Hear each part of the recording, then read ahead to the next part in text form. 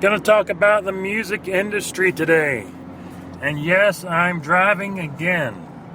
In case you're wondering what the noise is in the background, because it's always the best time to do a podcast when you're driving. At least you can talk without people wondering what you're talking about and looking at you funny. And it's a rather nice, self-contained environment. But yet I am not talking with the recording device up to my head while taking my hands off the steering wheel, because that would be illegal. Illegal. Not doing that, and I'm not texting either.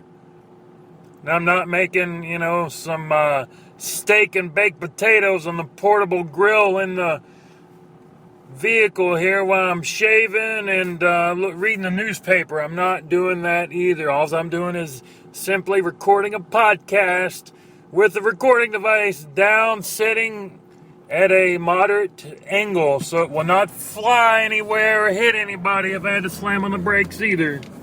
None of the above would happen. So back to the podcast this morning. We're going to talk about the music industry. Innovations, creations, and shit. So innovations, I would say the innovations, there probably still are some innovative bands out there. And I probably have not taken the time to find them. But they are not the top hits on the iTunes store. Like when you click on the front page, if you ever do, I hardly ever go to iTunes to look at music. Hardly ever. But when I do, and you say, hey, so-and-so's got the latest, greatest album at the very top, or check out this free tune from so-and-so. Well, I'm going to tell you, I used to download those free songs.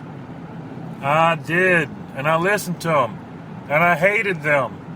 They were awful. They were not worth free. You're going to have to pay me like $10 to download that song and listen to it, because it was total crap. There's a reason why some things are free, and it's not because they're good. So I've downloaded some songs, and they got me discouraged. I stopped downloading. I stopped going to iTunes. I went there yesterday. Clicked on the very top, and then there's some under the bottom, new releases. Man, I absolutely hate that garbage. And there could be a few things, I didn't click on everything, so I'm widely assuming that all of it was garbage. It probably were. There was a few good songs here and there, and there might even been a good band mixed in. But I'm just going to say, if you took the top songs, right, they have there, you put them on a wall and you threw a dart at them, majority of the times it's going to land on crap. And that's what happened. It's just, I don't even know what to call it. It's just super processed. Everything's, 100%, 150% dead on to the metronome. I mean, there's no variations in timing. It's exactly mathematically, quantum physically accurate. There's no discrepancy. There's no real human being there in the music. And if there was when they played it, well, they've taken it to the mastering, and they've quantized it and digitized it and redone it a million different times till it's the same thing as a digital tone. And let me tell you, it sucks. And guitar tones these days, there's a lot of people buying these expensive amps, these designer boutique amps, these Marshalls, these PVs, and other commodity commercial amplifiers too. And they sound really good. They have a lot of great technology. But when you hear the sound on the record, what the hell did they do with that tube amp sound? They have squashed it. They've compressed it. They've stretched it. They've done whatever to it. And it does not sound good. The heavy metal stuff, it used to be real heavy metal. You may not like it, you may hate it, that's fine. You know, you had your Judas Priest and Iron Maidens in the 80s. You had your, what am I thinking of? Ozzy Osbourne and Black Sabbath and some of the Led Zeppelin, you know, some of the early metal. That's fine and dandy. Then it went to the 80s, then it went to hair bands and hair band metal, and then you had the screaming people. And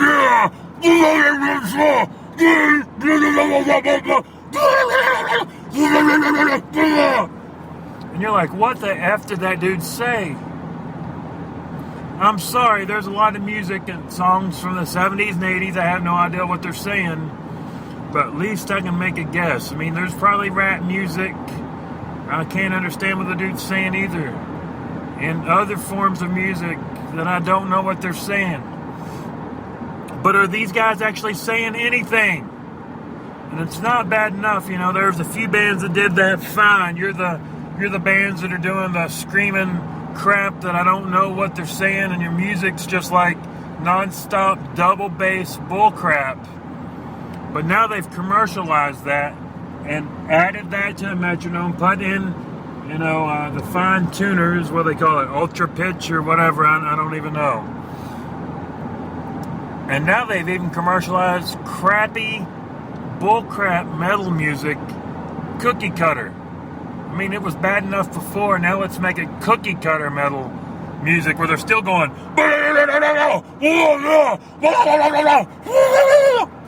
I mean, I'm pretty liberal on my music, but I just cannot handle that stuff.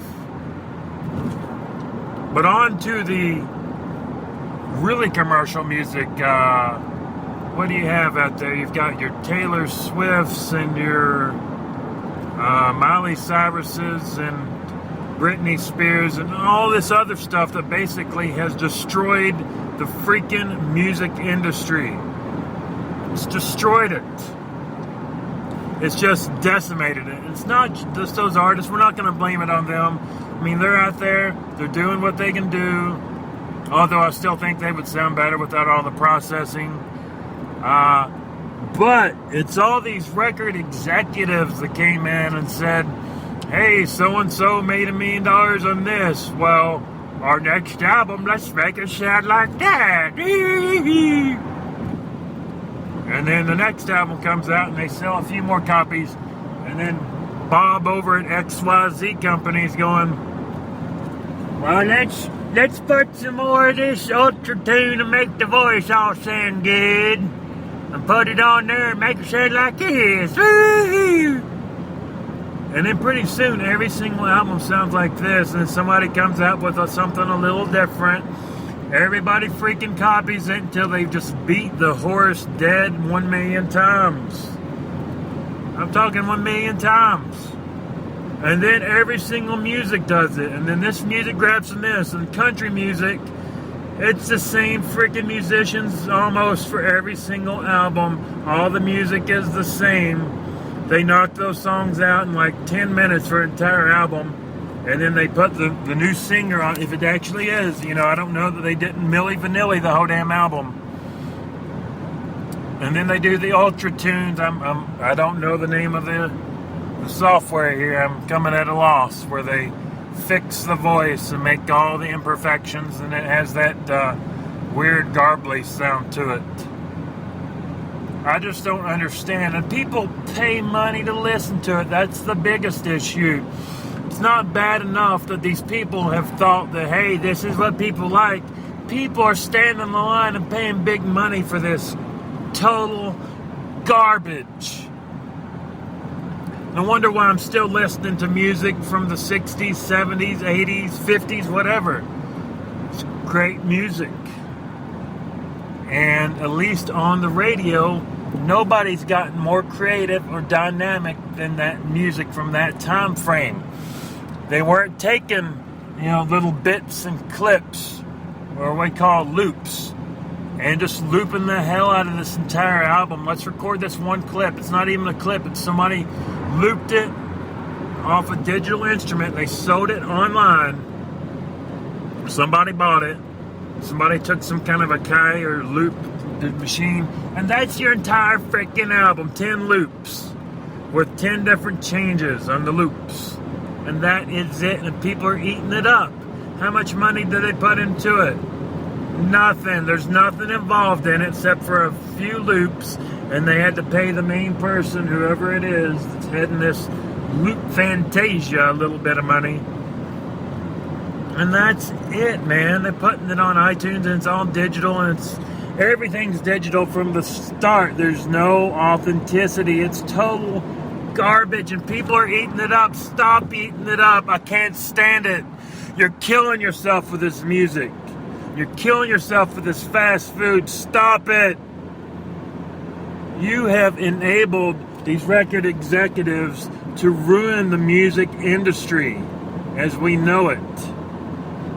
They freaking ruined it. And there's a few bands and a few songs that squeeze in and make it through the cracks every now and then. And even the bands that I don't think are that good, I really enjoy their music, because the few bands that didn't get overly compressed and squashed into oblivion, hey, I like that song. It's not the greatest, but at least it's not killed.